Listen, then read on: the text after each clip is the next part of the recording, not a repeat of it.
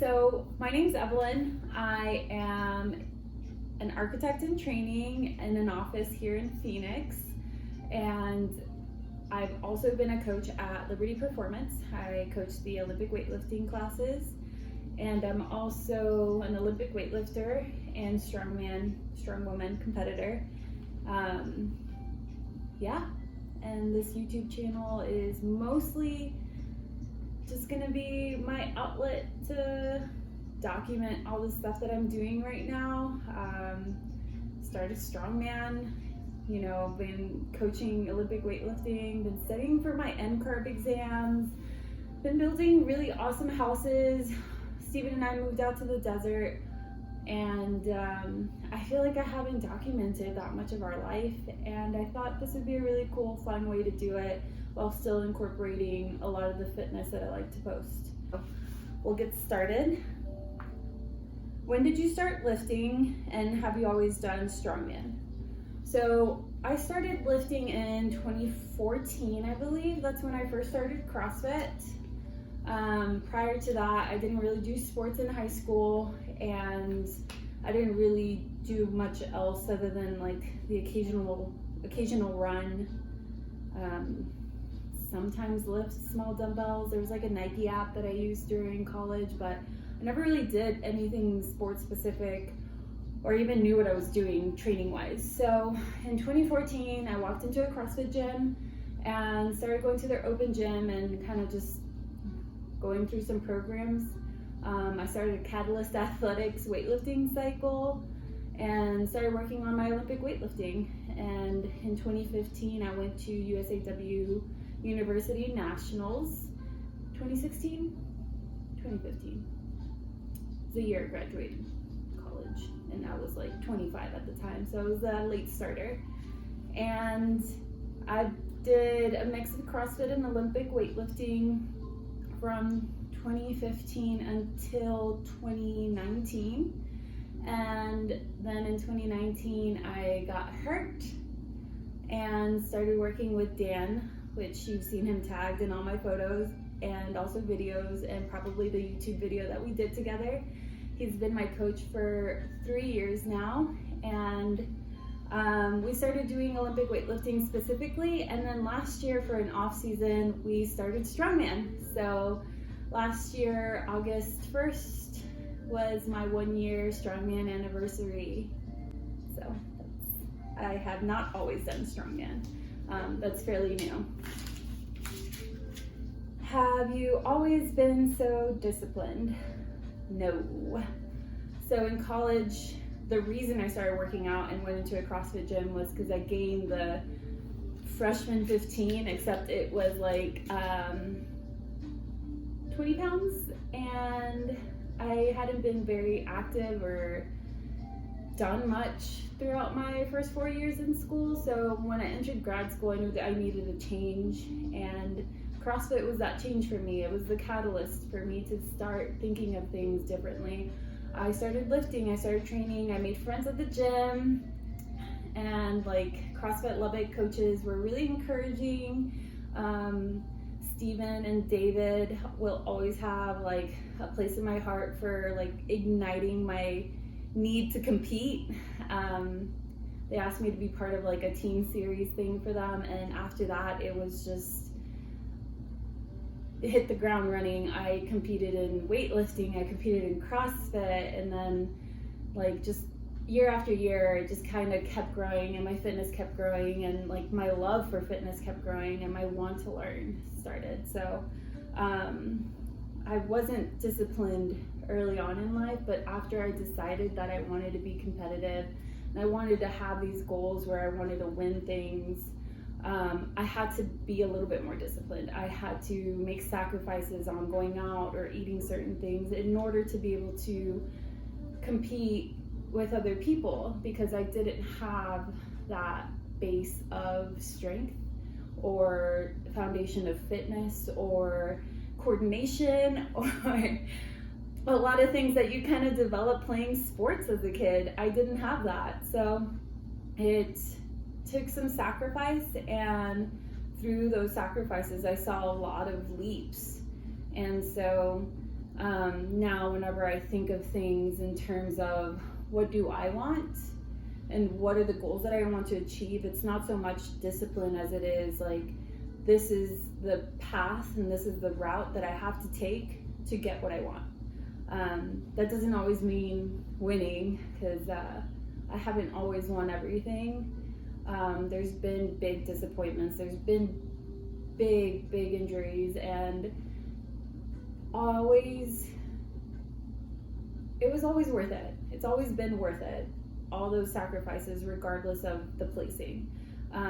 Recently, a lot of that foundation and a lot of that discipline has set a huge foundation for my new strongman career, and I feel really good in it. And I've been taking some L's, taking some W's, but either way, just like this path of fitness that I decided to go through has been worth it, and I don't see it so much as sacrifices anymore, as much as just, this is what I do, this is how I eat. I don't go out as often, but when the off season comes through, I really enjoy being able to kind of have a dip in the discipline. So hope that answers that question. Dream stage to compete on and dream athlete to watch or compete with. All right.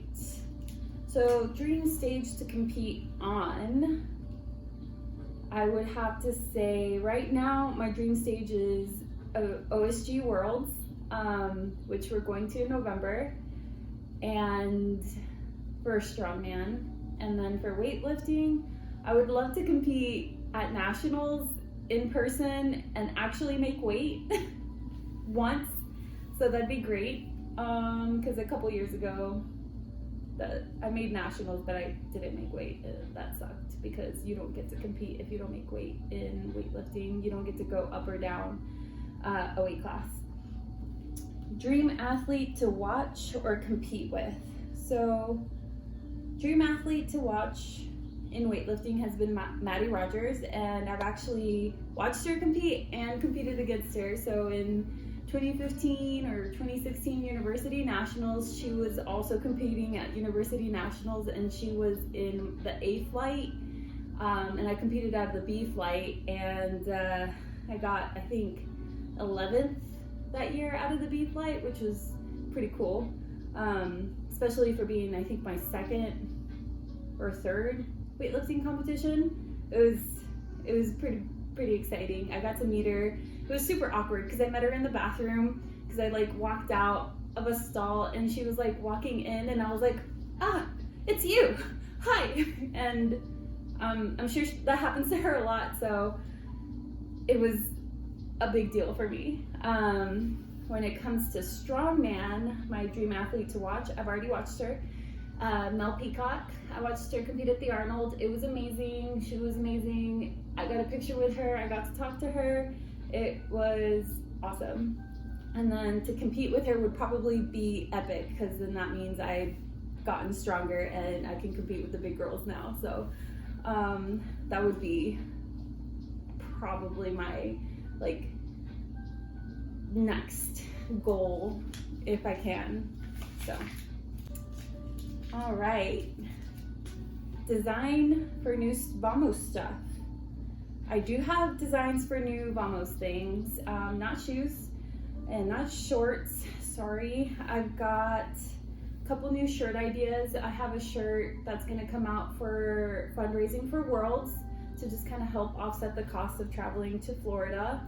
And then I also have a Lord of the Rings inspired shirt coming, because I love Lord of the Rings, so that's what's coming. Talking about Lord of the Rings, favorite non-trilogy Tolkien. So that's gotta be Beren and Luthien. The story of Beren and Luthien, for those of you that don't know, is the song that Aragorn is singing about whenever he's with the hobbits during their, when they're traveling, and in the Fellowship of the Ring at the beginning, before they get to Rivendell.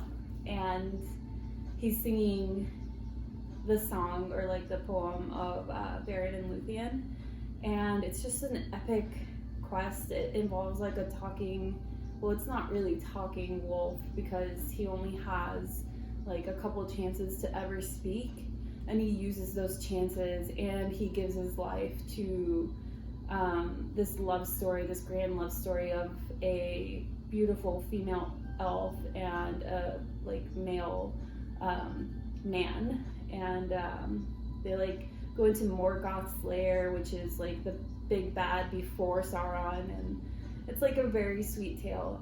I encourage you to go read about it or like listen to a podcast about it. It's a really cool story about how an elf and a man decide to be together and like go against all odds, and he goes off and tries to get a Cimmeral from Morgoth. It's epic. And if you don't like Lord of the Rings, all that sounded like nonsense, so I'm sorry. Another Lord of the Rings question. Biggest mistake of the Peter Jackson trilogy?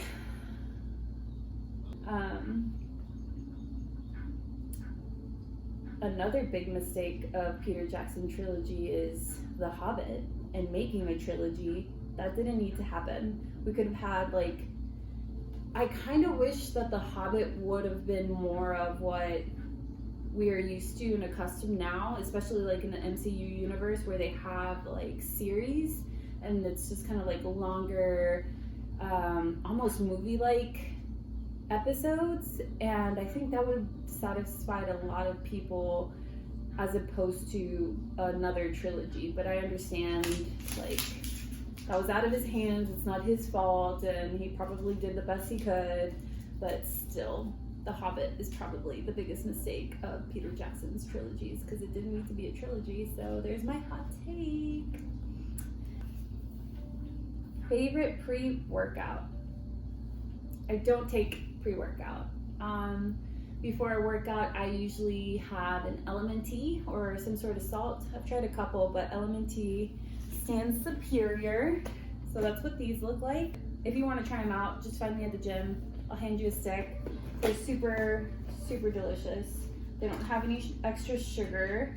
They don't have a bunch of crap in them. It's just simple hydration. It's salt, citric acid, magnesium malate, potassium chloride, natural flavors, and stevia leaf extract. So you just mix one of these with like a water bottle and you're hydrated. And so that's my intra workout. And then post workout, I'll just have a shake or I'll eat pretty close after getting done with the workout. But I also drink these when I need hydration after a night out. Doesn't happen often, but it does happen. So definitely recommend these. They have other flavors. You don't have to get the spicy one. They have like a watermelon salt that's really good, a raspberry salt, citrus, and an orange. But the grapefruit reigns supreme. Just letting you guys know. But yeah. All right. If you could only eat one thing the rest of your life, what would it be and why? This is probably the hardest question. I love food.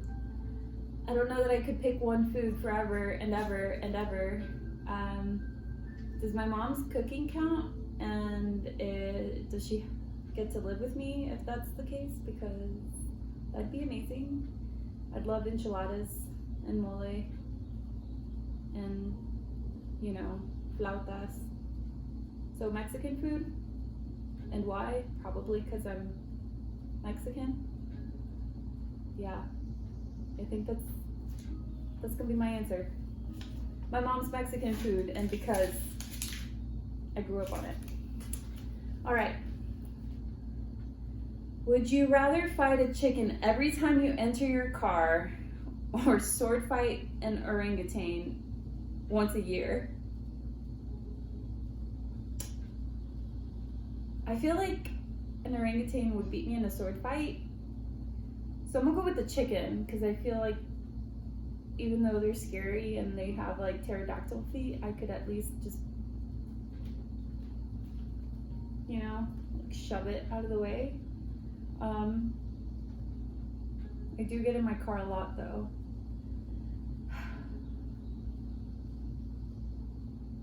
with the chicken because I won't lose.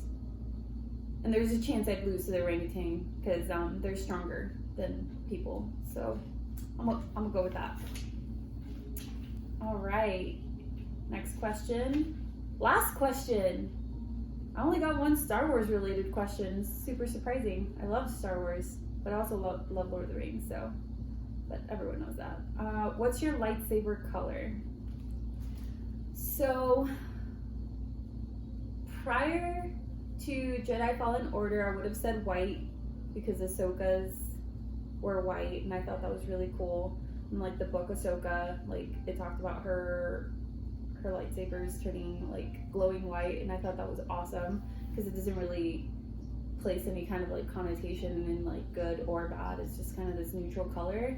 But after playing Jedi Fallen Order, I think I'd have to go with like orange or yellow because that was pretty sick.